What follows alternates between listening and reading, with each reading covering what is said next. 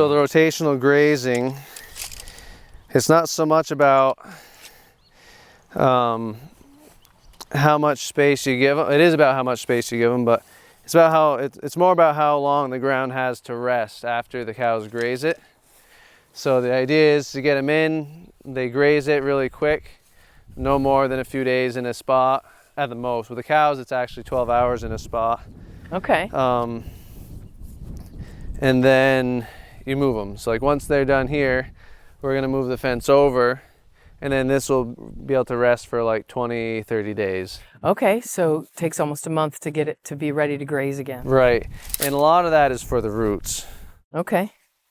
I thought it was cool what you said about when they graze it, the plant lets go of part of its roots because it's kind of matching what's above ground is the same kind of... Yeah, and a lot of it, like, I guess I don't know this for sure, but I'm thinking it's taking the energy out of the roots to build the leaf again. Okay. And if you, let's say, like, we mowed this, so we're not trying to build the soil next to the driveway, but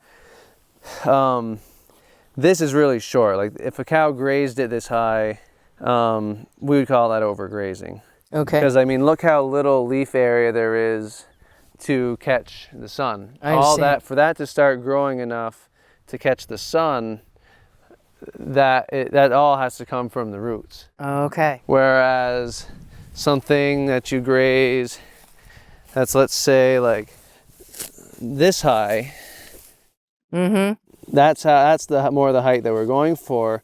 You have all that leaf area right along here. That's catching the sun and doing the works, and it regrows faster. Okay, so the roots don't have to work so hard too. Right, you don't really want to graze any more than like 4 inches max, but it all depends on the species. Like this is an orchard grass. Cool. You got clover in here and orchard grass. What else you have in here? You got some rye, so you have white clover.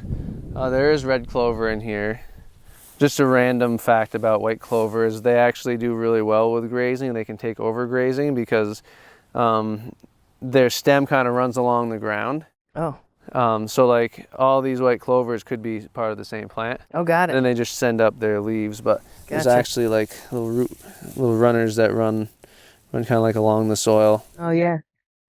Okay. But this is actually, we're on almost pure beach sand right here.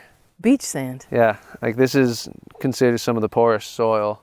Porous. But since we've been managing it the way we have been, it's built a lot of organic matter. Now we have like 8 to 10 inches of really dark beach sand and then like light beach sand. Okay. But we have built up that top.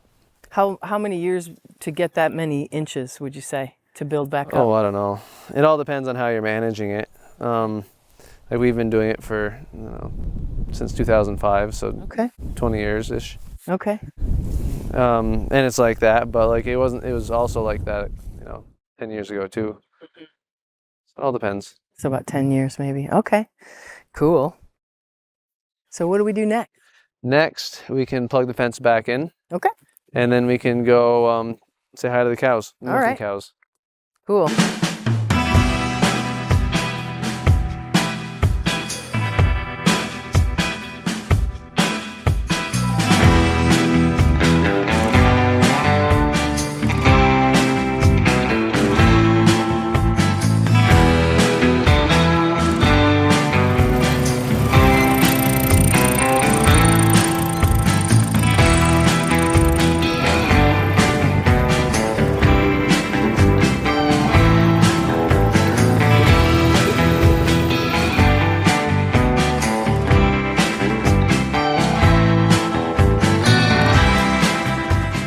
Boy, it's beautiful here.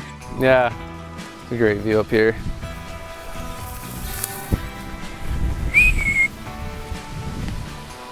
What do you come want in? us to come in with you? Yep. Don't touch it. Oh God.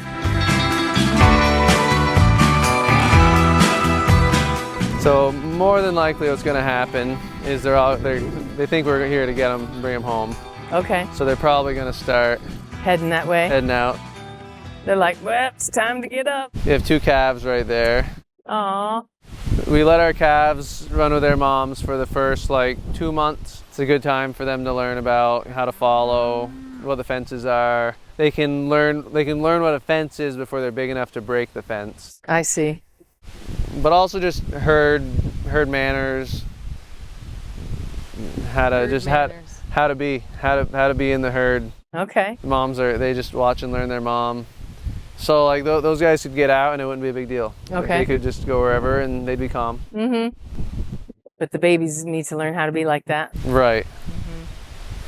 So you can see in here, it's like this was all, this is the later stuff. Like, so this is all, was really too mature for them. We don't like to let it get this mature, but we changed some things in our rotation so that, you know, usually the first rotation of grazing is always, like towards the end, it's always overgrown by the end. Mm-hmm. So we try to switch that around every year so that just different parts of the farm don't always get overgrown. But they'll be able to visit this field 5 times over the course of the grazing season. Okay. 5 times. Okay. Hi, girls. And if we're lucky, we can find some manure patties with some exciting treats inside. Treats. But like, so we got a lot of trampling. All this grass is gonna die and then turn into like a litter. Hi, sweetheart. Whoa. Look at you. Oh. Yeah, so if we're lucky, we'll find some dung beetles in here. And just since it's so fresh, they might not have moved in yet. But dung beetles and other insects are really important in getting the manure patties all distributed throughout the soil. One thing is so that the cows don't get parasites from eating around their own manure. But this patty should be gone by the next time they graze here. Okay. Just from all the different insects and worms and rain just working it into the soil. But this is an awesome little probiotic food package for the ground. It's like eating like a full jar of kimchi or something like that. Right. The soil's like raw. Yeah. And now I think let's find a clover plant. They love clover, so it's kind of hard to find it because they eat it. Yeah, they like to throw that. Here's one. Down first. Oh yeah, here's a good red clover. So let's find where the root is. Oh, that's a big one. Right here.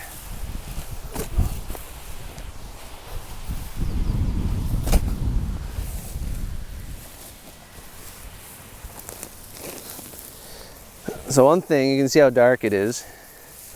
You got all these, you got some worms. Yep. Really good sign. You have roots going down.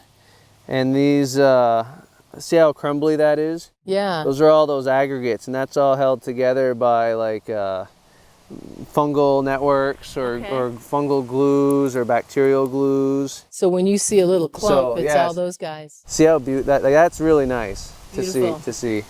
Okay. So then if we dig and try to find these clover roots, we'll hope to find, they also tear off easily. So I have to be kind of gentle with it. Hi, worms. You're like, hey, I'm eating in here. So like little nodes, like little clumps, like that. Like see these little balls? Yeah. On the end, those are those bacterial colonies. Oh, wow. So they're just hanging out feeding the plant. Yeah. And also they're eating what the plant's putting off. There's not a ton of them on this one. But doesn't mean there's not still a lot of action happening. Cool. Yeah. I guess like some little nodules right there. But also you can see like you won't get much soil loss when you have this like roots like this holding the soil together. That makes sense. When it's all porous like this, a lot of it will also just infiltrate into the soil. Awesome. So you lose a lot of your runoff issues just by letting the water go straight in. That's cool. It's always fun to see. Just hopefully something like this. There's more organisms than there are people on Earth. That's amazing. The world in my hands right there. Healthy soil, healthy people, Yeah. healthy animals. It's gorgeous up here. Cows have one of their favorite apple trees. So they eat the apples? They love the apples. Too many apples will make them sick. Okay. Yeah. Today is like almost a perfect day for them. Mm-hmm. Not too hot, enough breeze. They love a good breeze. Cows actually make a lot of their milk when they're laying down. Oh, okay. More blood flow goes through the udder when they're laying down. Oh, that makes sense because they're not using their muscles. Right. Okay. The more blood flow they get, the more milk they make. Cool. What else do we have in here for legumes? I saw some vetch. They really like vetch. Oh, they do? I wish they'd come to my flower beds. Oh, yeah? That's the stuff that just like strangles out Yeah. other stuff. Like, that's a vetch. Okay. And it's kind of viney. Yeah. So that's another legume. That'll sequester some nitrogen into the soil. It's kind of a beaten and battered vetch, but they have a really pretty purple flower on them. Mm-hmm. And it's really fun if you're going through some really old mature vetch. They make little seed pods like a pea. Uh-huh. But they're really small. Uh-huh. They rattle like a rattler. Oh, cool. Rattlesnake. So yeah, in our pastures, our whole goal is to, you know, graze the best, trample a bunch in. All that'll be turned into, you know, soil food. New grass will grow up through it. So the trampled stuff will just die. Yeah, some of it will live, but like a lot of it, you see all the old stuff kind of hanging out on top of the ground. Yeah, okay. That all just gets pulled in by worms or decomposed. Yeah. And it's another fun thing. More in like untouched pastures, you'll see a lot of like ants and spiders and other little bugs that scurry around when you part the grass. Uh-huh. But there is a lot of life within a pasture, within a hayfield. That makes sense. We got some little insect. Oh, that's actually a snail. That's a dead snail. I think this was a cocoon at one time. Bug stuff. Yeah.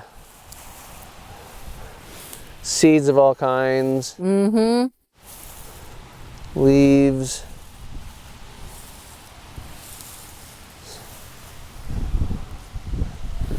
And that leaf. Wow, that is cool. It's all the veins of a leaf. Everything else pretty much gone away.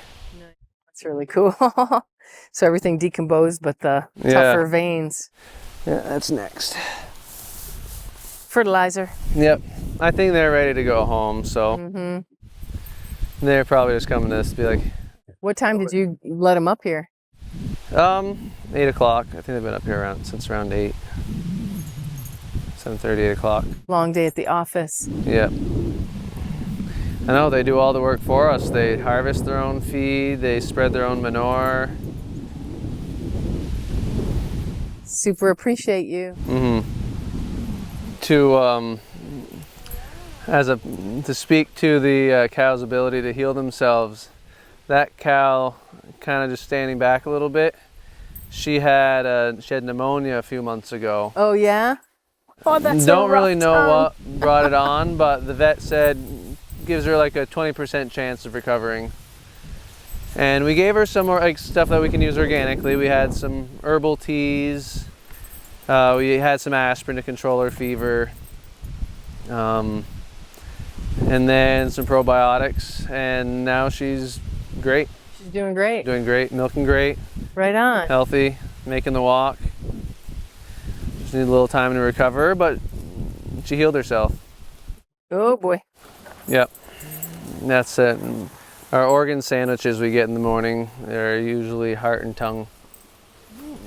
My grandmother grinds them up, boils them to cook them, and then grinds them in a meat grinder and mixes them with some homemade relish. Not bad. Tongue is not great on its own. The texture is just not for me, but grind it up and put some relish in it. Yeah, I'll eat it. Into it. They're like, if you're talking like that, sir, we're leaving. Oh, well, there's beef breeds, and there's dairy breeds, and there's kind of like dual purpose. The dual purpose are usually some of like the more resilient and like low maintenance, but they're not great for beef, they're not great for dairy, so they're not popular. For like dairy, you have like the Holsteins, you have Jerseys. Each has their own, like Holsteins are higher production, Jerseys are higher fat and protein. These are Holstein cows? These are Holsteins. How come that cow is bellowing so much? Some of them are just noisy, and sometimes it's because they're in heat, which means they're ovulating. Yeah, okay. Sometimes they want to go home. Mm-hmm. Could be a lot of reasons. If cows could talk. Yeah, you can definitely tell. Like different cows have different voices for sure. Like you can tell who's bellowing, and sometimes you can tell when they all start bellowing at this like in unison. It's like okay, they're hungry or okay. They're like they're not happy. As a group, they've decided that something needs to change. Mm-hmm. Cow communication. Mm-hmm. But yeah, we can head back if you All guys right. want. Let's do it. Watch out for where you're stepping. Stepping stones.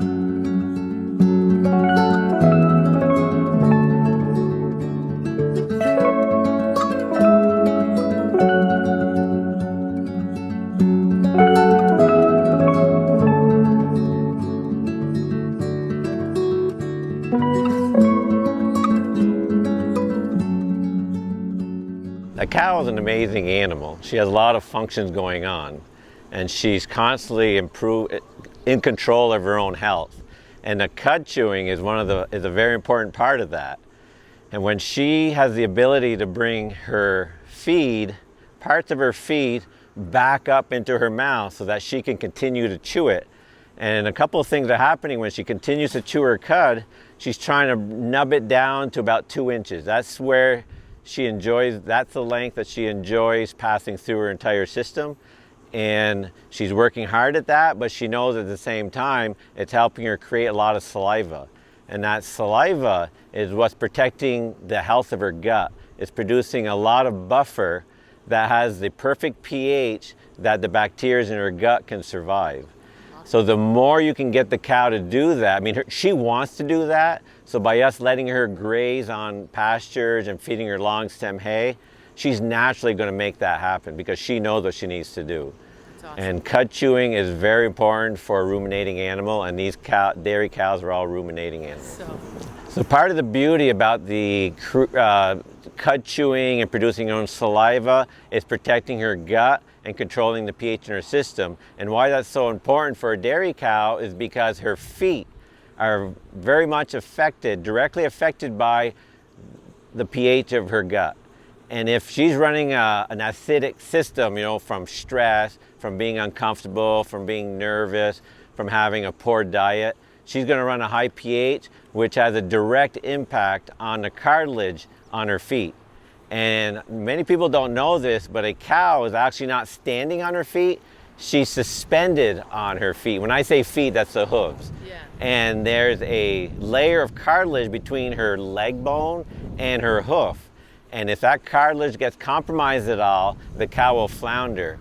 And by having a high pH, it softens that cartilage and will allow this to happen. And that will ruin a cow very quickly because these animals are weighing 1,800 pounds and they need strong feet to move around and be mobile. Allowing them to go out and choose and pick their forage, they know enough to pick the long stem. They have a variety, they have a buffet out there. They're picking some lush stuff, some long stem grass. So yes, they make sure that they have enough long stem because they want to chew their cud. But they also have the ability to choose the high quality stuff because they want to produce milk for their calf as well. So they're quite a special animal that we can learn a lot from.